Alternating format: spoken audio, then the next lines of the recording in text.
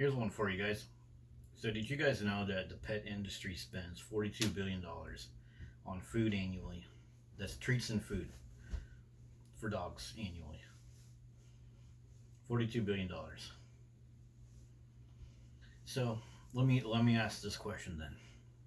What if we took out of that $42 billion? That's a billion, 10, 20, 30, 40, $2 billion. Let's just take 1/42 of that, $1 billion. What if we did that? What if we were able to do that? And we took that money, we picked a random city in the United States of America, maybe not random, maybe one that would most benefit from this, and we did something like create three pedestrian walkways near a school where there's high traffic, where maybe one of the main highway goes through, and now like kids and adults and senior citizens and people on wheelchairs and scooters can scoot across from the school over to the store or the fruit stand or whatever, instead of having to walk a mile this way or a mile that way, or run across the road. And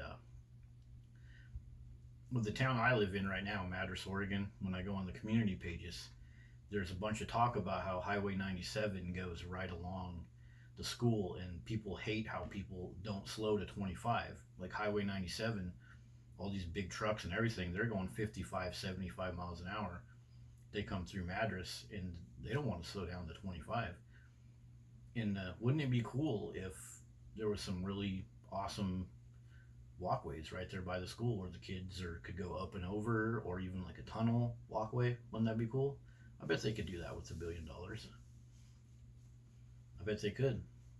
And I bet it would even benefit stray dogs that get hit, because they could go on there, or they could be on a leash across there too. So, what do you guys think about that? Do you think that's a valid consideration? And what kind of companies would do that kind of stuff and spend that $1 billion on stuff?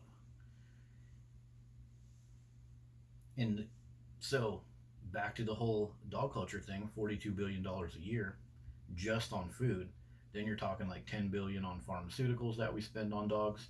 If you're a big giant company, like a big giant company that has access to lots and lots of resources, and you're wanting to build your company up right now without a bunch of risk, without a bunch of hiring new employees and needing insurance, all that big company needs to do is go buy a bunch of Chinese made dog products, treats, collars, little foo-foo things that the dogs wear to dress up. That company could go probably spend $250,000, sell that on Amazon and eBay or through their affiliates, and make a huge bunch of money, because they know Americans. They look out there at America and they see that these Americans that are already they're in debt, they have emotional problems, financial problems, they have, their cars are broke down, they need to get personal loans. They see this economy of people that are in already in a financial detriment, but these people will still blow mad cash on keeping more and more and more dogs in a spoiled lifestyle. So you can see, culture and economy is downstream and upstream of each other.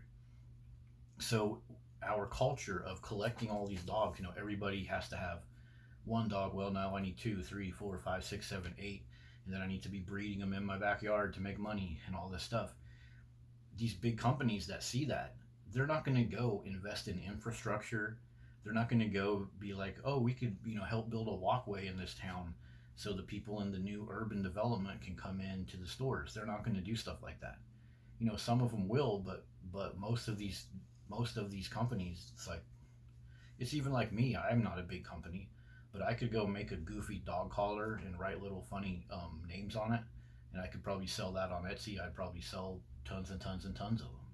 But if I wanted to go out in my community and do something that was a little more risky, where I wanted a bunch of homeless veterans to come with me on a hike and pick up garbage, and maybe I would pay them a little bit, but then maybe they would be part of like my YouTube channel, I could easily get in trouble. I could easily have liability problems if those homeless veterans I rounded up like got on someone's property and I told them they could, but I didn't have permission. I'd get in trouble. There would be all kinds of risks and things I would need to do.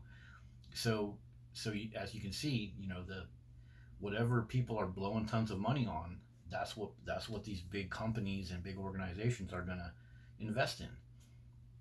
And so with all the money we spend on dog culture, what if we spent it on other stuff? Like the $10 million on pharmaceuticals that go just to dogs. Like all these downers we give dogs and we put them in the classrooms with children, and the downers we give dogs so we can take funny selfies of them or keep them from eating our couch. What if we put some of that money into like, um, you know, maybe one of the local churches already has a veterans program. We give some of that money so they can expand the veterans program and they can have like a fitness school, or one of the Army or Marine Corps or Iraq veterans comes in and gets paid a little bit of money to take some local veterans, out to explore the local mountain peaks or something like that. What if the money went into that instead of all these dogs?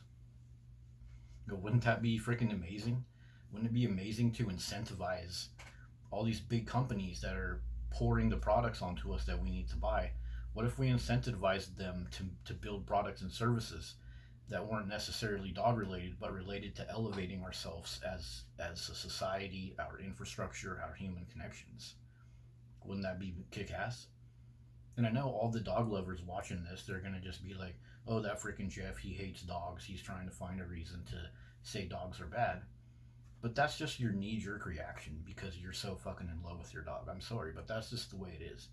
And it's ridiculous that you would even treat me like that. Because have you considered this? So, all the stuff I mentioned, let's pick one of those things and say, okay, the bridge idea.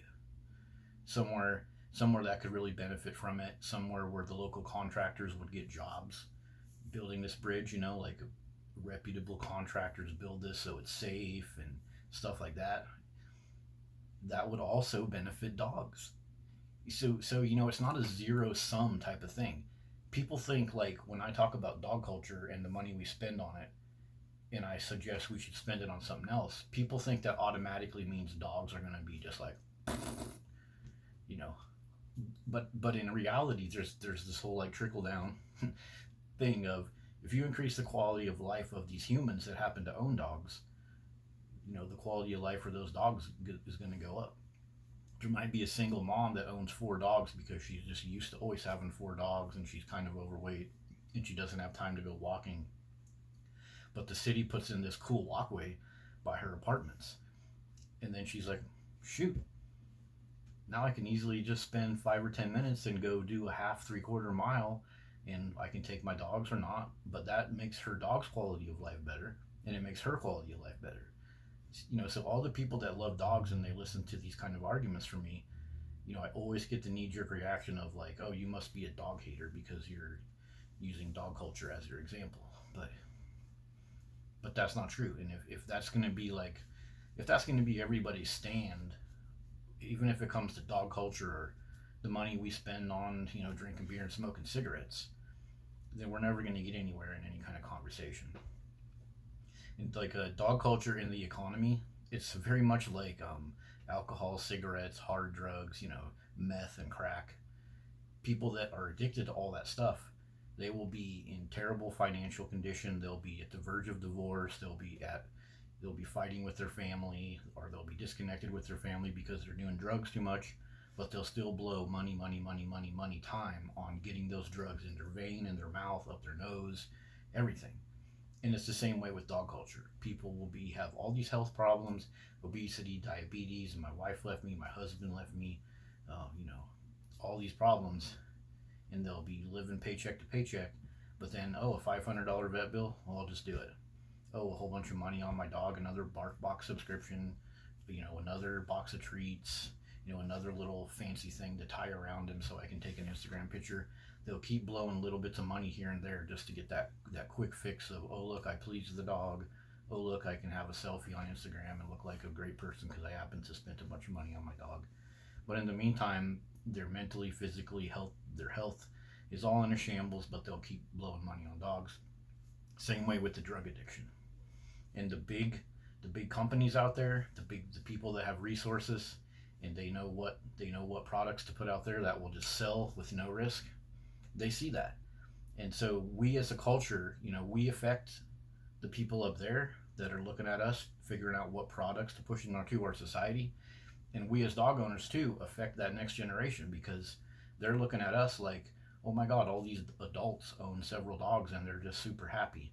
Well, I guarantee you half of these dog owners that are pretending to be the happiest people in the world with all their lovey posts on Facebook, I guarantee you for every one of those posts, they got five problems going on in the background they wish they could fix.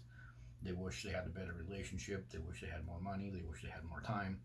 And so downstream, those little kids are watching us gather dogs as if that's the be all end all of happiness. And we're affecting them too. We're affecting them in a negative way.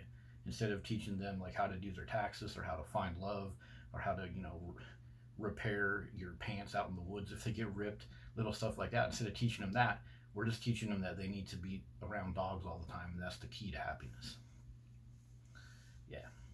So that's my little question for everybody.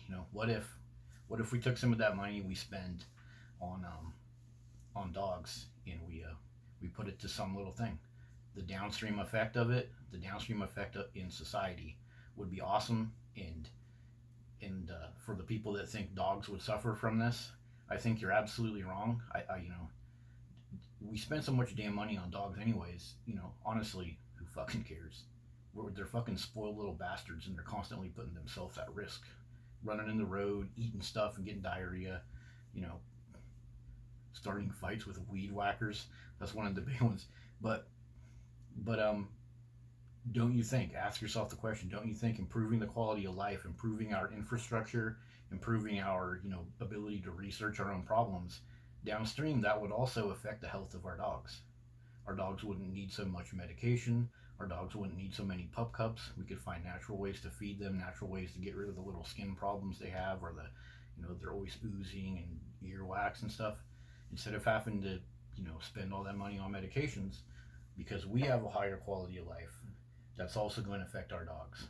And we can get a higher quality of life by, not blowing so damn much money on increasing amount of dog ownership, especially when that dog ownership, everything that uh, the marketing claims is going to fix, it doesn't. It keeps getting worse.